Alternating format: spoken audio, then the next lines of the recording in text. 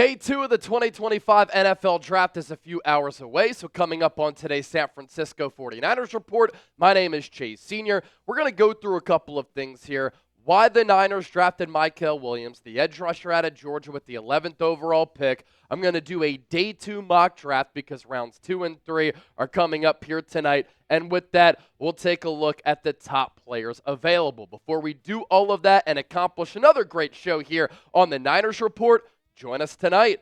We were live last night. The live stream was awesome. Thanks to all of the real ones who tuned in. And we're going to run it back again. And, of course, we'll be live tomorrow as well for rounds 4 through 7.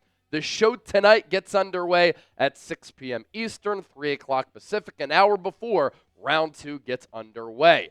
And let's start off with this. The 49ers got their guy with the 11th overall pick in the 2025 NFL Draft. Mykel Williams, the edge rusher out of Georgia, the newest member of the San Francisco 49ers. The Niners have said all offseason long, we want to build through the draft. They have 11 picks going into this draft class, and they have to hit on a multitude of these players because they have roster needs, they have roster holes, they need an influx of youth on this team, and this 11th overall pick looms large for San Francisco. And part of the reason why I love the NFL draft, obviously our numbers do very well. I love the pre-draft process and being able to scout all of these prospects and take a look at the future of what the roster for the upcoming season is going to look like, how these players are going to impact things for San Francisco. What's also cool, though, is the reactions that you see after these draft picks get selected because this is a life-changing moment. These athletes have been working toward this for years and years and years, living out their childhood dreams. And then another cool element is when you see the general manager, head coach, and owner reach out to these players by way of a phone call to let them know, we are drafting you with this particular pick. John Lynch, general manager for the Niners last night, said, we made calls to trade up for Mykel Williams. That's how much we like him, but they ended up staying at 11. And Mykel Williams fell right into their lap without having to move up the draft board. Kyle Shanahan, head coach of the Niners, saying, this is the guy that I wanted. A cool story here. He told his wife the night before the draft, we want Mykel Williams. That's the player I want to select with the 11th overall pick. But Kyle Shanahan was very worried about Mykel Williams going earlier. He didn't think that he was going to fall to the Niners at number 11.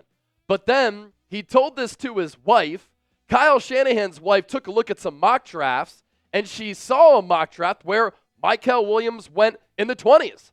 So she told her husband, Kyle Shanahan, look, there's a chance that you can get the player who you covet with the 11th overall pick. Shanahan's wife, Mama Shanahan, she's like all of us. She's always checking the mock drafts.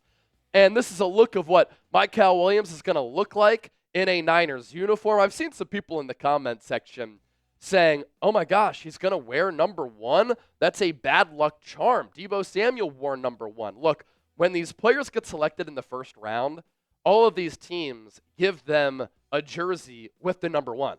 It's because they're the first round pick. Doesn't mean that they're going to wear that specific number. But I do want to get into this. A lot of fans are wondering, why did the San Francisco 49ers take Mykel Williams with the 11th pick? There were better players on the board in their opinion. This is a little bit of a reach according to some. In my eyes, I can see why the Niners went with this player. And here's why the Niners drafted Williams with the 11th overall selection. Mykel Williams is a player who can set the edge. John Lynch earlier this week, when asked about what he looks for and what the Niners look for in edge rushers, he specifically said, we want players who are big, physical, who can set the edge. And Williams is very strong at the point of attack. He has an NFL body and frame with the strength and physicality that translates to the NFL level.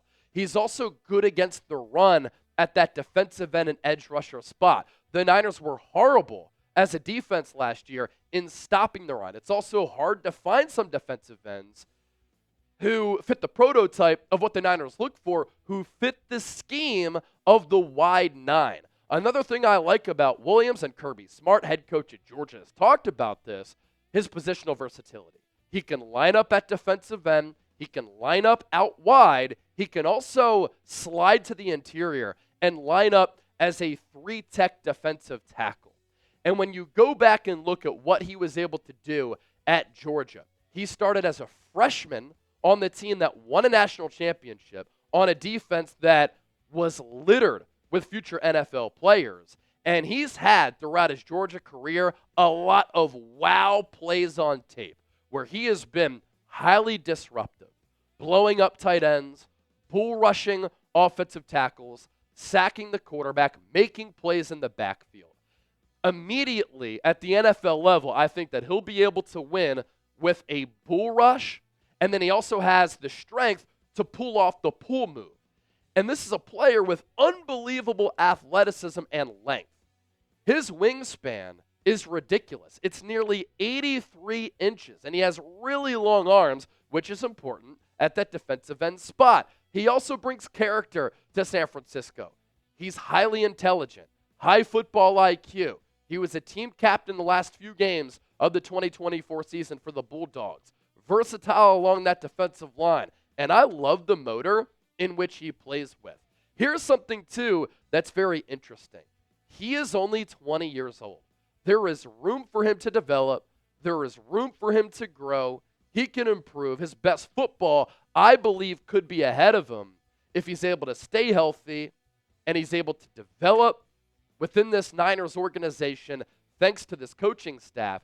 And what's crazy is that when he's up for his second contract, he's still going to be in his mid-20s with hopefully plenty of good football ahead of him in the future.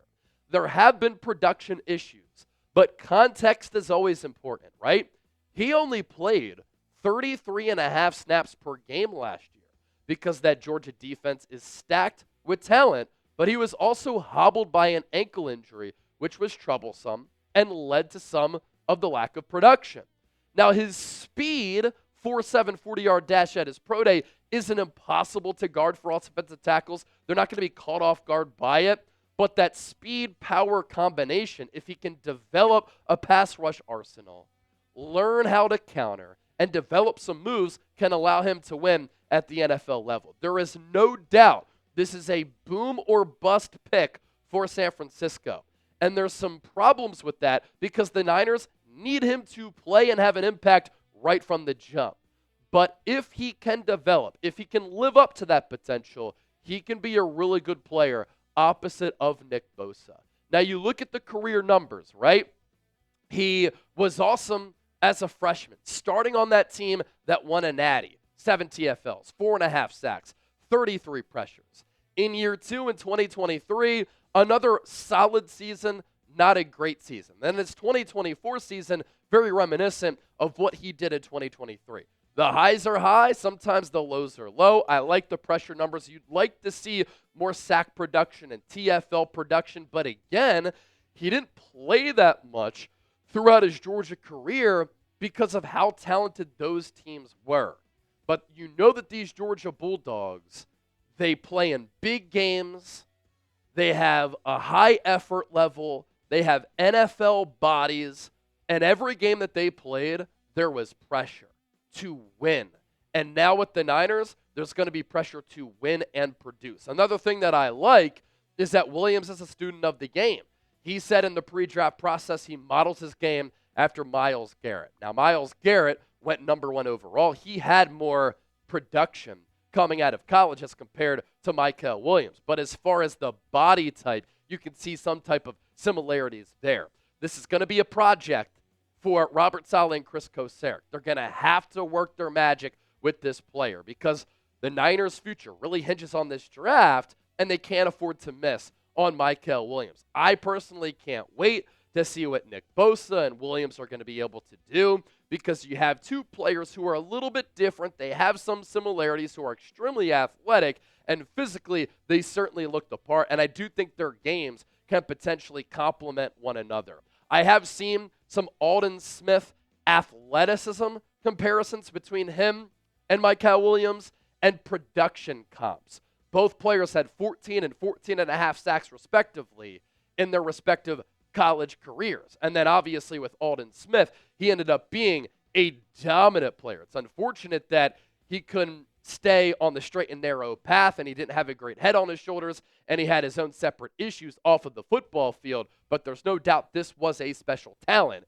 And if Mykel Williams, who has good character, doesn't have some of those off-field concerns, can become a player like Aldon Smith, my goodness, this can end up being a wonderful draft selection for San Francisco. So let's hear from you. Grade the pick of Mykel Williams. I gave you my draft grades last night. Check that video out. It's up on the channel right now. A, B, C, D, or F. I want to hear from you down in the comment section right now. Coming up next on the show, top draft targets on day 2 and rounds 2 and 3. Some players I would select for my mock draft for day 2 of the NFL draft. But before we do all of that, today's 49ers report sponsored by our friends at Chubbies. They gave me the shirt. It's absolutely awesome. You can get it at chubbyshorts.com/chat. And outside of this shirt, we also have a great deal on some of their other products that they have to offer. Be sure to check out our draft coverage here on day 2 because we will be giving away an item from Chubbies as part of their NFL collection.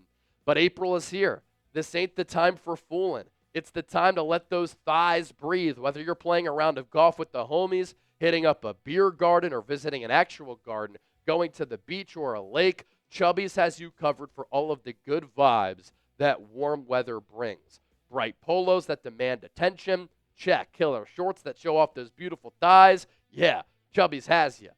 Hitting up the pool or the beach, their classic line swim collection has your new favorite trunk for those sunny days. For everything non-water related, their original shorts provide that classic look with a fresh vibe and a modern fit. And for a mix of laid-back style and performance, you got to try their everywhere shorts. At the end of the day, your wardrobe deserves a springtime upgrade. So to sweeten the deal for a limited time, Chubbies is giving our listeners and our viewers 20% off your order when you use our exclusive code CHAT. Use that code CHAT at chubbiesshorts.com. You can experience unmatched comfort and style with everything that Chubbies has to offer.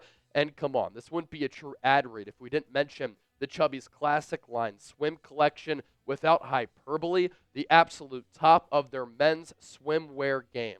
Whether you're getting dressed for your workday, a workout, or a weekend getaway, Chubbies has phenomenal products. For a limited time, Chubbies is giving our viewers, again, 20% off your order by using the code CHAT at chubbiesshorts.com. That's code CHAT at chubbiesshorts.com. Support our show. Tell them that Chat Sports, the 49ers Report, and Chase Sr. sent you. Don't blend in with the crowd.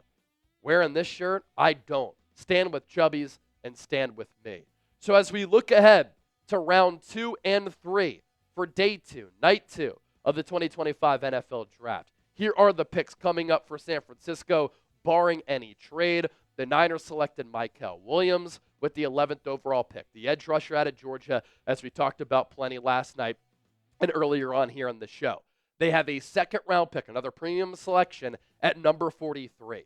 Then they're back on the clock in round 3 at 75, another awesome selection, and then another top 100 pick. Their 4th top 100 pick in round 3 at pick number 100.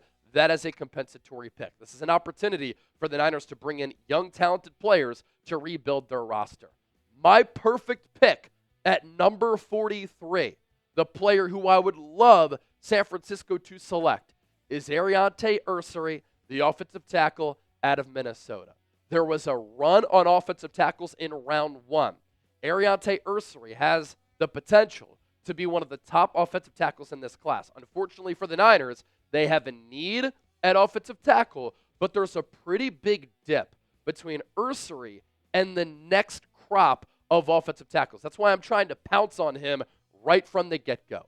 3-year starter at left tackle for Minnesota, plenty of experience. I think that could bode well for him being able to play early in his career. He's a powerful and athletic player. Doesn't always have natural bend, but an excellent fit in the outside zone scheme for Kyle Shanahan. He is huge to the likes of a Trent Williams type of body at 6'6", 331 pounds. Moves well, getting out in space on those pull blocks. You have to be able to do that in Kyle Shanahan's offense. Long arms and he still had 25 reps of 225 on the bench press. You think about that motion. You talk about functional strength for offensive tackles and defensive linemen. It's this type of motion, right? So throwing up 25 reps of 225, that's very impressive. Outside of offensive tackle, the other huge need I have for the 49ers on day 2 is defensive tackle. Yes, Mykel Williams can play edge. He can play a little bit along the interior, but I still think you need another defensive tackle, especially here potentially on day 2, because you need multiple players along that defensive line. So these players are players who I would love for San Francisco at some point in round 2 or round 3. Darius Alexander out of Toledo. The Niners have been fans of his in the pre-draft process. He's 24 years old. I don't care. He lives out his rookie contract. By the end of it, he's 28 years old, and what you're worrying about is what he does on that rookie deal, and I really like the player and the athleticism. Omar Norman-Lott is a player out of Tennessee who, when you watched James Pierce, who went in round 1, when you watch those Tennessee games, you're like, who's that defensive tackle? He's making a lot of plays. That's Omar Norman-Lott. Shamar Turner, excellent athlete from Texas A&M. I really like T.J. Sanders as far as a scheme fit for Chris Kosarek and Robert Saleh out of South Carolina. Alfred Collins, wonderful athlete from Texas. Needs to be more consistent with this production, but the traits are certainly there. Joshua Farmer out of Florida State. You think about the defensive linemen who the Seminoles have been able to develop in recent time. Braden Fisk, Jared Verse, both selected by the Rams last year. Ty Hamilton, huge size, out of Ohio State. Ty Robinson, a good player, more likely a third-round pick out of Nebraska. Jordan Phillips, great athlete, very twitched up in his upper body out of Maryland. And then Aeneas Peebles, I had him going to the Niners in my mock draft. He's slighter at 280-plus pounds, but very quick, good against the run, and I think that he could be a good player along this Niners defensive line. I also am hoping that the Niners can come away with Alec Ayumanner, the Stanford wide receiver. The Niners attended the Stanford Pro Day. Ayumanner attended the Niners local Pro Day, and John Lynch was showing a lot of interest in him at both of those events, and he's the type of wide receiver that the Niners would absolutely covet and love. He's 6'1", 216 pounds. He ran faster than I thought he was going to run at the NFL Combine, and that's a great sign for things to come and how his game can translate to the next level. A 4.44 40-yard dash. Ayumanner is a very impressive athlete. He's physical and tough. He has very quick feet. He can track the ball very well because he has good ball skills on that long ball, and I think that Brock Purdy has an underrated deep ball. He can also rise up with that size, climb the ladder, go up and get it, and come down with some of those 50-50 balls. Why I think John Lynch and Kyle Shanahan would really like him, he is pretty soft-spoken. A lot of Stanford guys are, but when you get him in between the lines, he might not trash talk a lot. He plays nasty and aggressive. And when he hits the football field, he's looking to snatch your soul. He looks to steamroll defenders as a blocker and leave skid marks on your back. He plays with reckless abandon as a blocker. And as we know, the Niners love wide receivers who can block. He had bad quarterback play at Stanford, still put up good production. What he has to work on, the drops. And he had 6 drops in each of the last 2 years. But what's impressive, that offense at Stanford, vanilla, the quarterback play, pretty mundane and lackluster, but the production for him was really good. I want you to do yourselves a favor as well. Go back and look at how he fared against Travis Hunter, who the Jags moved draft capital for, gave up a future first-round pick to move up to number 2 to take him as a cornerback and wide receiver. A lot of people think Hunter is the best corner in this class, and Ayumanner fared very well and kind of dominated him when Stanford played Colorado. As for the best players available overall at all positions, our draft expert Tom Downey, also the host of the Cowboys Report, this is his list right here. Will Johnson, cornerback out of Michigan. A lot of people thought that he was a top 10, top 15 pick. He's still on the board going into round 2. Some injury concerns with the lower half, but if you can figure that out, you could get a round 1 talent in round 2. Mike Green is one of my favorite edge rushers in this class. 17 sacks and 23 TFLs last year. Led the country in both twitch, speed, bend, pursuit skills, good against the run, really good athlete with quickness and burst from that edge spot. Character concerns with him, that's why he's sliding. Luther Burden, excellent wide receiver out of Mizzou. Down year in 2024, that's why he's still available. How about Nick Emanwori, the safety out of South Carolina? He's twitched up, unbelievable athlete. He's going to go, I believe, early in round 2. Only one safety went in round 1, Malachi Starks. Donovan Ezaraku, great length, unbelievable wingspan, really good college production last year for Boston College. You have Travion Henderson, the running back out of Ohio State. A player who the Niners could really like is Carson Schweichinger, the linebacker out of UCLA.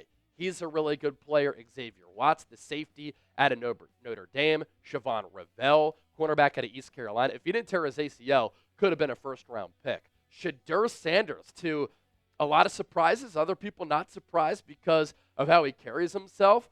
People will say, nepotism. I think he should have gone in round 1. But the fact that he's still available here in round 2, that's pretty impressive. Trey Amos is a corner who's a 4-4 guy. Caleb Johnson in a very deep running back class out of Iowa. I think Mason Taylor is the 3rd best tight end in this class. I was surprised that Colston Loveland went ahead Tyler Warren, but Mason Taylor is that 3rd best tight end. Ariante Ursary, I hope he's available for the Niners. Benjamin Morrison, the cornerback out of Notre Dame. JT Tuimalau, the edge rusher out of Ohio State. There were flashes on tape where you were like, wow, he's an excellent player. And this time last year, people were saying he could be a first-round pick in 2025. As for the top defensive tackles on this list, you look at it, we talked about some of these players here. TJ Sanders, Darius Alexander, Alfred Collins. I like those 3. Deion Walker, not as much. Omar Norman Lott, I'm a big fan of his. You have Joshua Farmer, Shamar Turner. CJ West is a player who's shorter, but he's a really good athlete for his size. He can move. Top offensive tackles available. This is that drop-off that I was discussing. You have Ariante Ursary, right, who I think is in that class with the other offensive tackles who went in round 1 after that big drop. Ossie Trapillo out of Boston College. I like Cameron Williams. Is he a guard? Is he an offensive tackle? Not as good as Kelvin Banks, his teammate who went number 9 to New Orleans, and Logan Brown out of Kansas. The top running backs available. We know the Niners have a history under Kyle Shanahan of taking running backs in the 3rd round. This is an extremely deep running back class. Travion Henderson, Caleb Johnson, Quinshon Judkins, also out of Ohio State like Henderson. R.J. Harvey, I like his ability to catch the ball in the backfield and find the end zone. Dylan Sampson, Bashal Tutin, ran a 4.3 in the pre-draft. Cam Scattaboo, if he's there at number 100, Kyle Shanahan might fall in love. And then DJ Giddens out of Kansas State. If you don't take a running back here in round 2 or round 3, you can get an excellent one in rounds 4 through 7. The top corners, Will Johnson, as I said, Revell, Trey Amos, Benjamin Morrison. Azareye'h Thomas, I really like him. I'm just concerned that he ran a 4.5 40-yard dash. Oftentimes you don't see corners going that early who run that slow, but he was really good opposite of Renardo Green 2 years ago. And obviously Green will be starting on the outside for this Niners defense here in 2025. Jacob Parrish, unbelievable player. Another player who I would love for the Niners to take, ideally at 75. If you get him there as a slot corner, my goodness, I think he's going to be fantastic. Shades of Diamador Lenore. Noel Williams is a player who I also am a fan of. You have Quincy Riley there, also out of Louisville. The top linebackers, I expect the Niners to go linebacker at some point in this draft. They need to. And I know that we're high on D winners, Jalen Graham, Tatum Bethune, but you could stand to bring in a young linebacker to develop alongside Fred Warner. Carson Schweichinger, I think, is going to go early here on day 2. Demetrius Knight out of South Carolina. Danny Stutzman is another player I'd like to see go to the Niners. And then you have Smail Mondome out of Georgia. Jeffrey Bassa is a player, round 3, round 4, who I think the Niners could like. They showed some interest in him at the Oregon Pro Day. Barrett Carter, Chris Paul Jr., I had him going to the Niners in my mock. And then Jack Kaiser out of Notre Dame. So kind of a mock top players, available players I would love to see go to San Francisco. So what say you? Who do you want the Niners to take on day 2? Drop me some names down below in the comment section. Give me a follow on social media. I'm on X. I'm on Instagram. If you check my pages out, you'll see so much Niners content there in addition to what we do here on YouTube. We'll see you in a few hours for rounds 2 and 3. Don't miss our coverage. That's what we do here on the Niners Report.